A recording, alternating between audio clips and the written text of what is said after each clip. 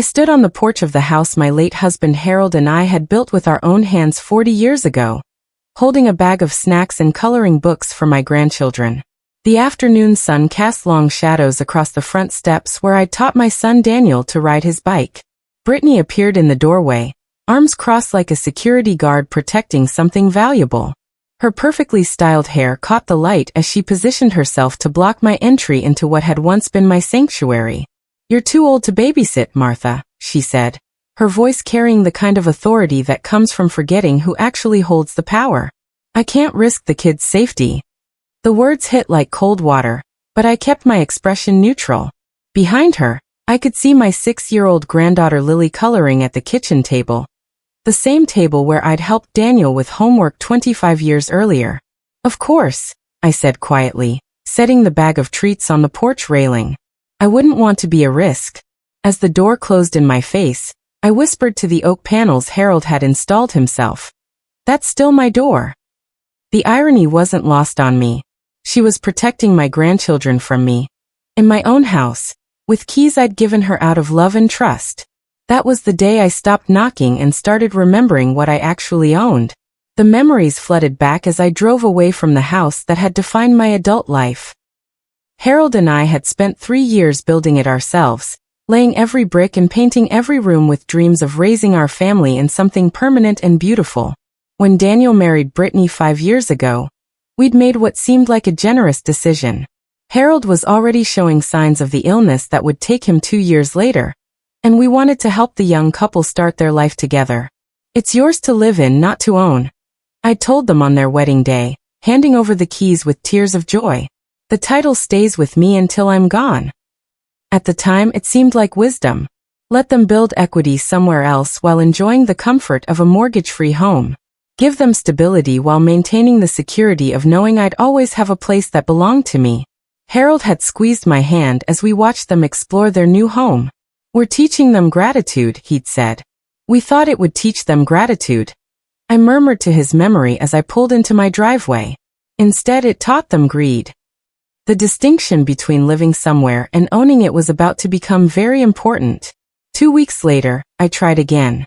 Not to babysit this time, but simply to visit my grandchildren who'd been asking why Nana never came over anymore. I'd brought picture books and homemade cookies, hoping to bridge whatever gap Brittany thought existed between my age and my competence. "We're just so busy today," Brittany said through the barely cracked door, her tone suggesting I should have called first. "Maybe another time."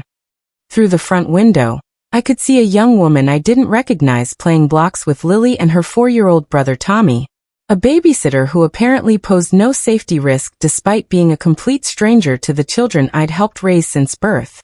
My hands trembled as I walked back to my car, but not with anger. With resolve. The realization hit me like sunrise after a long night. Brittany had replaced me, not just for babysitting, but in my grandchildren's daily lives. She'd hired someone else to fill the role I'd been performing with love and experience for 6 years. If she wanted me gone from their lives, she should have read the fine print. Some gifts come with strings attached, and I was about to pull mine. Sunday dinner at my house had become a monthly tradition since Harold passed, one of the few family connections Brittany couldn't completely control. She sat across from me at my dining room table, making conversation that felt more like performance than genuine interest. "It must be exhausting living alone at your age," she said, cutting her roast beef with deliberate precision. "All this space for just one person. Have you thought about downsizing?" Daniel stayed quiet, focused on his plate with the concentration of someone avoiding conflict. He'd been doing that more often lately, I'd noticed. Choosing silence over defending either the woman who'd raised him or the woman he'd married. "I'm quite comfortable, thank you," I replied, refilling her wine glass with practiced hospitality. "This house suits me perfectly." Brittany's smile was sharp around the edges. "Still, it's a lot of maintenance for someone your age. You should consider what's practical." I smiled back, serving dessert I'd made from Harold's mother's recipe. "The quiet ones are the ones you should never underestimate, dear." The comment sailed past her like most subtle warnings do. But Daniel's eyes met mine with something that might have been recognition. Monday morning found me in the law office of Mr. Cooper, the attorney who'd handled Harold's will and our property transfers. His desk was covered with folders that contained 40 years of financial planning and careful documentation. You still hold full ownership of the house, he confirmed, reviewing documents that made my legal position crystal clear. The arrangement you made allows them to live there, but you retain all property rights including the authority to revoke tenancy. I nodded, processing information I'd known intellectually, but hadn't considered practically. Good. I just wanted to know where I stand. Is there a problem with the current arrangement? Mr. Cooper asked, his experience suggesting he'd seen family generosity turn complicated before. Not a problem, I said, gathering the copies he'd made for my records. Just a clarification. That afternoon, I locked the folder in my desk drawer under a label I'd written in careful script. For when enough is enough. The legal documents felt like insurance I hoped I'd never need, but was grateful to have. Sometimes the most powerful weapons are the ones you carry quietly. The text from Daniel arrived while I was tending my garden, trying to find peace among the roses Harold had planted for our anniversary. The message was brief but loaded with family politics I was tired of navigating. Mom, Brittany thinks it's best if you don't come by for a while. She's concerned about the kids getting confused about boundaries. I sat on Harold's favorite bench, reading the message 3 times before the full meaning sank in. My own son was delivering an ultimatum written by his wife, using my grandchildren as leverage for compliance. The clock in my kitchen ticked loudly in the silence that followed, marking seconds that felt like small eternities. 40 years of building a family, reduced to text message boundaries set by someone who'd known my grandchildren for 6 years compared to my lifetime. He's not saying that. I told Harold's roses, which continued blooming despite the drama unfolding around them. She is. I deleted Daniel's number from my phone's favorites list, a small act of rebellion that felt larger than it probably was. Some distances are created by choice rather than geography. Coffee with my longtime friend Helen had become a weekly ritual since Harold's death, one of the few constants in a life that had suddenly become unpredictable. She listened with the patience of someone who'd raised her own difficult children and survived their questionable relationship choices. She said, "You're too old to babysit?" Helen asked, stirring sugar into her latte with the kind of controlled energy that suggested she was editing her real thoughts. "Honey, take that house back."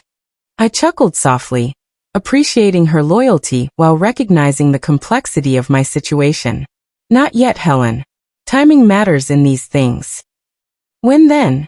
she pressed, leaning forward with the intensity of someone who'd been waiting for this conversation. "When she decides you're too old to visit. Too old to call." I smiled, thinking about chess games Harold had taught me and the patience required to set up winning positions. Revenge works best when they don't know they've handed you the weapon.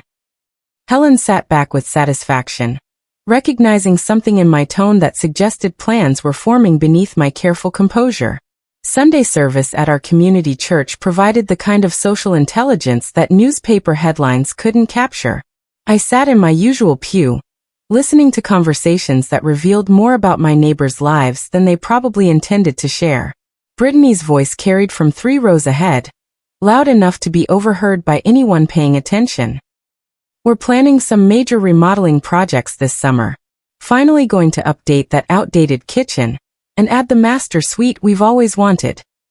I sipped my coffee during fellowship hour, processing the implications of her announcement.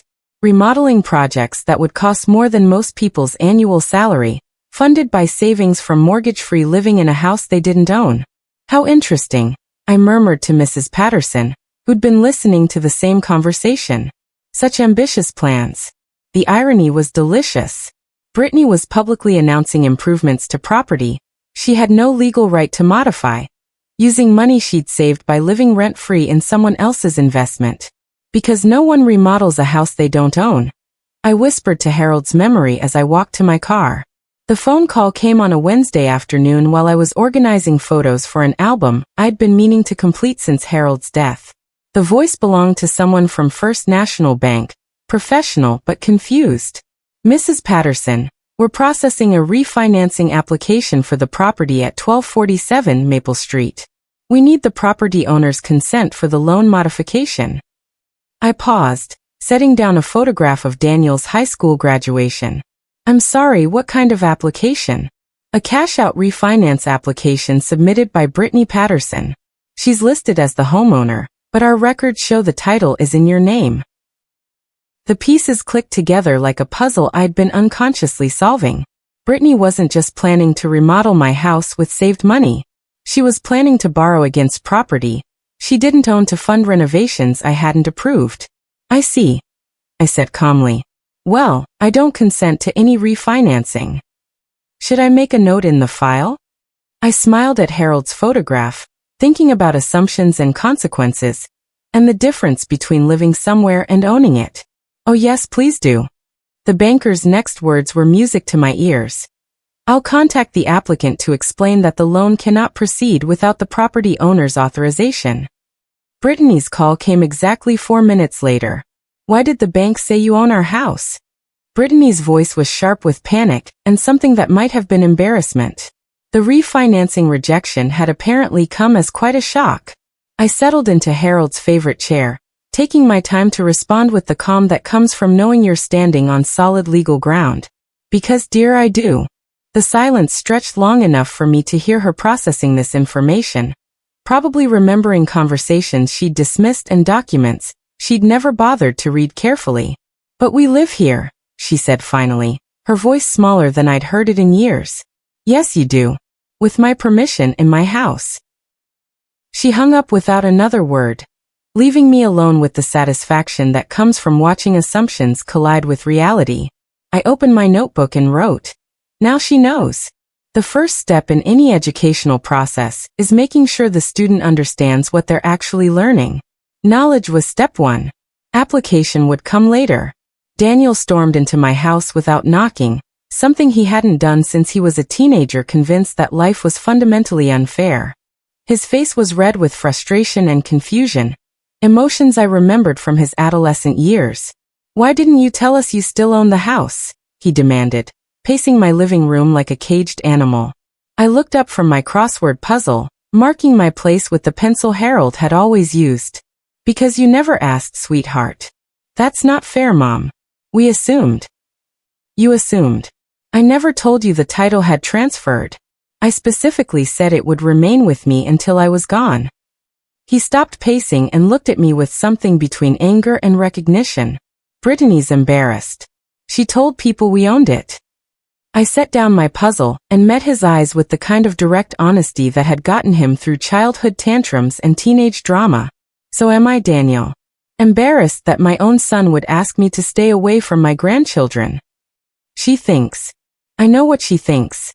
The question is what you think. He left without answering, caught between loyalties he wasn't ready to choose between. And I haven't even started. I told Harold's photograph after the door closed. The neighborhood barbecue was an annual tradition I'd helped organize for 15 years, back when community meant something more than property values and social positioning. I arrived with my famous potato salad, prepared to maintain friendly relations despite recent family tensions.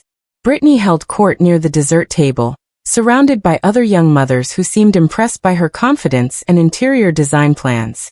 Her voice carried across the backyard with theatrical projection. You'd think owning a house means you can parent your grown children too, she said, glancing in my direction with the kind of meaningful look that made sure everyone understood who she was discussing. The uncomfortable laughter that followed confirmed that my family drama had become neighborhood entertainment. Several people looked between Brittany and me, probably wondering how I'd respond to being mocked in public. I stayed composed, offering a faint smile that acknowledged her comment without dignifying it with response. Let her dig her hole deeper while I maintained the high ground. But inside, something shifted with decisive finality. That was the moment I decided to cash in my patience. I told Harold silently. Mr. Cooper's office felt different during my second visit, charged with the energy that comes from theoretical planning becoming practical action. The same legal documents that had seemed like insurance now felt like tools waiting to be used. Can I revoke their tenancy at will? I asked, though I suspected I already knew the answer. Yes, absolutely. You can give 30 days notice to vacate. The arrangement was always at your discretion as the property owner. He pulled out forms that would formalize what had been brewing in my mind since the barbecue incident. Legal language that would transform family dynamics into landlord-tenant relationships. "Let's prepare the paperwork," I said, signing documents that felt heavier than their physical weight. Quietly. As I left his office, I twisted my wedding ring off my finger for the first time since Harold had placed it there 43 years earlier. Not because I was abandoning his memory, but because this decision needed to be mine alone. The ring went into my jewelry box at home, next to the earrings he'd given me for our last anniversary. Some things were too precious to wear during battles. Brittany's birthday party was perfectly timed for maximum impact. She'd invited 50 people to celebrate in the backyard Harold and I had landscaped together, using our home as the backdrop for her social triumph. I arrived fashionably late, carrying a gift bag wrapped in elegant paper that matched the party's color scheme. Brittany's smile was forced but polite as she accepted congratulations from guests who admired her hosting skills and beautiful home. Daniel raised his glass for a toast as the sun set behind our old oak tree. "To Brittany, who makes our house a home," he said, his words carrying bitter irony he probably didn't intend. "And a little something for the homeowner," I announced, approaching Brittany with my gift bag as conversations quieted around us. She opened it with the confidence of someone expecting expensive jewelry or perfume. Instead, she found a legal envelope marked "Notice to Vacate" in Mr. Cooper's precise handwriting. The silence that followed was worth every moment of preparation. 50 guests watching as the queen of the party discovered she was about to become homeless. "What is this?" Brittany's voice cracked as she read the notice, her birthday celebration transforming into public humiliation in front of friends and neighbors who'd been impressed by her domestic success. The guests murmured among themselves, phones appearing as people processed the drama unfolding in real time. Someone would definitely post about this on social media before the evening ended. I smiled with the calm that comes from finally playing cards you've been holding patiently. "Just a gentle reminder that your landlord is old, but not senile, dear." The legal notice gave them 30 days to find alternative housing, exactly what the law required, and more time than they'd given me to find alternative babysitting arrangements. I walked away as everyone stared, leaving them to explain to their guests why the party had suddenly ended. My car started smoothly, and I drove home with the satisfaction that comes from perfect timing. The house I returned to felt peaceful in ways it hadn't for months. Tomorrow would bring consequences, but tonight belonged to justice served with appropriate ceremony. The house went quiet after that night. I told Harold's picture. Too quiet. Daniel appeared on my doorstep the next morning, looking like he hadn't slept. His usual confidence was replaced by the kind of desperate energy that comes from watching your world fall apart in public. "She's panicking, Mom," he said, following me into the kitchen where I was making coffee with deliberate normalcy. "Where will we go? We can't afford rent and a down payment right now." I poured myself coffee and offered him a cup, maintaining the rituals of hospitality even during family crisis. "Wherever love still lives, sweetheart. It's not here right now." "What do you mean?" I sat across from him at the table where we'd had thousands of conversations over the years. "I mean, love doesn't exclude people for being inconvenient. It doesn't hire strangers to replace family members. It doesn't mock elderly parents at neighborhood parties." He stared into his coffee cup like it might contain answers to questions he wasn't ready to ask. "I can't choose between you and her," he said finally. "I'm not asking you to. I'm asking you to remember what family actually means." He left torn between two homes, exactly where Brittany's choices had placed him. Moving boxes appeared in the front yard within a week, evidence that Brittany was taking the eviction notice seriously. I walked through the house alone for the first time in 5 years, remembering when Daniel was little, and these rooms had echoed with laughter instead of tension. The nursery still had the borders Harold and I had painted together, tiny bears and balloons that had welcomed both Daniel and, later, my grandchildren. Brittany had planned to convert it into a home office, erasing the last traces of the babies who'd once slept under those cheerful walls. Tears formed as I stood in the room where I'd rocked Daniel to sleep 30 years ago, where I'd sung lullabies to Lily and Tommy when they were infants. The circle of life had been broken by someone who saw history as inconvenience. I wiped my eyes and straightened my shoulders. Sometimes, taking back what's yours means losing what you love, I whispered to the empty room. But love without respect isn't really love at all. It's just convenient arrangement dressed up in family terminology. Daniel's second visit surprised me with its timing and content. He appeared at my door on a Thursday evening, alone and carrying the kind of decisive energy that suggested major decisions had been made. I filed for divorce, he said without preamble, sitting heavily in Harold's chair. I paused in my knitting, processing news I'd hoped for but hadn't expected. What happened? She gave me an ultimatum. Choose her or you. When I said family shouldn't require those kinds of choices, she said she'd rather live in an apartment than under your roof. The relief I felt was mixed with sadness for the grandchildren who would grow up in a broken home, casualties of their mother's pride and poor judgment. I'm sorry it came to this, I said honestly. She got her wish, Mom. She wanted me to choose. The irony was perfect. Brittany had created the exact situation she'd been trying to avoid, losing the house and the husband simultaneously. So she got her wish, I murmured, thinking about consequences and choices, and the way that ultimatums often backfire on the people who deliver them. Reclaiming my house felt like resurrection. I walked through rooms that had been subtly redesigned according to Brittany's tastes, erasing her changes and restoring the warmth Harold and I had built into every corner. Family photographs went back on the mantel. Harold's favorite chair returned to its proper position by the window. The kitchen table was set for family dinners that would actually feel like family again.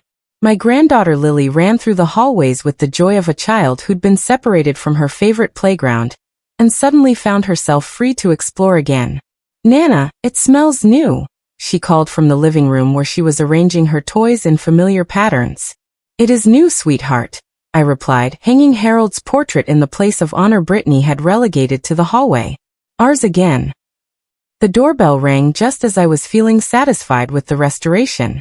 Through the window, I could see Brittany standing on the porch where this whole drama had started months earlier. Some conversations are inevitable, no matter how much you'd prefer to avoid them. Brittany stood on my doorstep looking smaller than I'd ever seen her, mascara streaked and hair disheveled in ways that suggested she'd been crying. The confident woman who'd blocked my entry months earlier had been replaced by someone discovering the consequences of cruelty. You ruined my life, she said, her voice raw with anger and desperation. I looked at her with the calm that comes from knowing you've acted with justice rather than malice. No, Vive. I just stopped funding it. Those children were mine too. Children aren't possessions to be hoarded. They're relationships to be nurtured. She tried to push past me, probably hoping to create a scene that would force Daniel to choose sides again. But I'd learned from our first confrontation on this porch. This conversation is over, I said, closing the door with the same finality she'd shown me all those months ago. Through the window, I watched her walk away for what I knew would be the last time. Some people learn from consequences, and others just get angry about them. That was the last time I saw her. I told Harold's picture that evening. Summer brought healing in ways I hadn't expected. Daniel moved in temporarily with Lily and Tommy, converting their stay into an opportunity to rebuild relationships that Brittany's influence had strained. The garden became our project, 3 generations working together to restore flower beds that had been neglected during the years of family tension. Lily insisted on planting carrots for the rabbits, while Tommy focused on sunflowers that would grow taller than he was. Dad, can we keep the swing? Lily asked, pointing to the wooden set Harold had built when Daniel was her age. We'll build a new one, Daniel promised, measuring the space where a bigger swing set could accommodate both children. The sound of their laughter filled spaces that had been quiet too long, proving that houses become homes through joy rather than ownership documents. The mail brought a surprise that afternoon. An official-looking envelope from First National Bank that contained news I hadn't expected. The bank's letter was polite but confused, explaining a situation that struck me as cosmically ironic. Due to the refinancing confusion, Brittany's remodeling deposit of $40,000 had been returned to the property owner of record rather than the applicant. So the money comes to me? I asked Mr. Cooper when I called for clarification. Yes, ma'am. The funds were attached to the property rather than the individual. Since you're the legal owner, The bank is required to return the deposit to you. I stared at the check that represented Brittany's savings for renovations she'd never been authorized to make. Money she'd accumulated by living rent-free in my house, now returned to me because she tried to borrow against property she didn't own. The irony was so perfect it felt like Harold's sense of humor reaching across eternity to arrange one final joke. "Looks like I'm remodeling after all," I told his picture, thinking about kitchen updates and bathroom improvements that would benefit the people who actually lived here with love and gratitude. The renovation took 3 months and transformed the house into something that honored both its history and its future. We updated the kitchen with modern appliances while keeping the cabinets Harold had built by hand. The bathroom got new fixtures but retained the window he'd positioned to catch morning light. Most importantly, we converted Brittany's planned home office back into a proper nursery, complete with new paint and borders that welcomed children rather than excluded elderly grandparents. This time it's filled with people who appreciate it, I told Daniel as we hung family photographs that included 4 generations of love and respect. The local newspaper called, having heard about our family story through the social media posts that had documented Brittany's birthday party humiliation. They wanted to feature our renovation as a human interest story about family dynamics and property ownership. I agreed to the interview, thinking it might help other elderly people understand their rights when adult children mistake generosity for weakness. The newspaper interview aired on the local morning show, reaching an audience far beyond our small community. I spoke calmly about ageism, family respect, and the importance of reading legal documents carefully before making assumptions about ownership. Age isn't weakness, I told the interviewer, sitting in Harold's chair with Lily and Tommy playing quietly in the background. Sometimes, it's wisdom that finally cashes in. The video went viral locally, shared by viewers who recognized their own family dynamics in our story. Comments poured in from elderly parents who'd been dismissed by adult children and grandparents who'd been excluded from grandchildren's lives. Brittany saw it online, according to friends who reported her reaction. Silent fury mixed with embarrassment as she watched me discuss family loyalty and property rights with the authority that comes from being both legally and morally correct. I turned off my phone after the interview, preferring to focus on the family I had rather than the drama I'd left behind. Evening light poured through windows Harold had positioned to catch the sunset, illuminating a home that felt complete for the first time in years. I rocked gently on the porch where this whole story had started, watching Lily and Tommy play in the yard where their father had once learned to ride his bike. Daniel grilled burgers nearby, humming songs Harold used to sing while cooking for our young family. The continuity felt healing, proof that some traditions survive despite the people who try to break them. "Nana, do you miss Grandma Brittany?" Lily asked, climbing onto my lap with the directness that makes children such effective truth-tellers. I smiled softly, thinking about forgiveness and boundaries, and the difference between missing someone and missing who you thought they were. "No, Connie. Some lessons just grow better after pruning." Her laughter mixed with the sound of Daniel's cooking and Tommy's excited chatter about the new swing set we'd be installing next weekend. The symphony of family life, conducted by love rather than obligation. My phone buzzed with a text from Daniel. "Mom, thank you for teaching me what family really means." As stars appeared above the oak tree Harold and I had planted for our anniversary, I whispered to his memory. "They said I was too old to babysit. Turns out, I was just old enough to rebuild everything that mattered." Some stories end with confrontation. Others end with the quiet satisfaction of building something better from the foundation of something that was broken.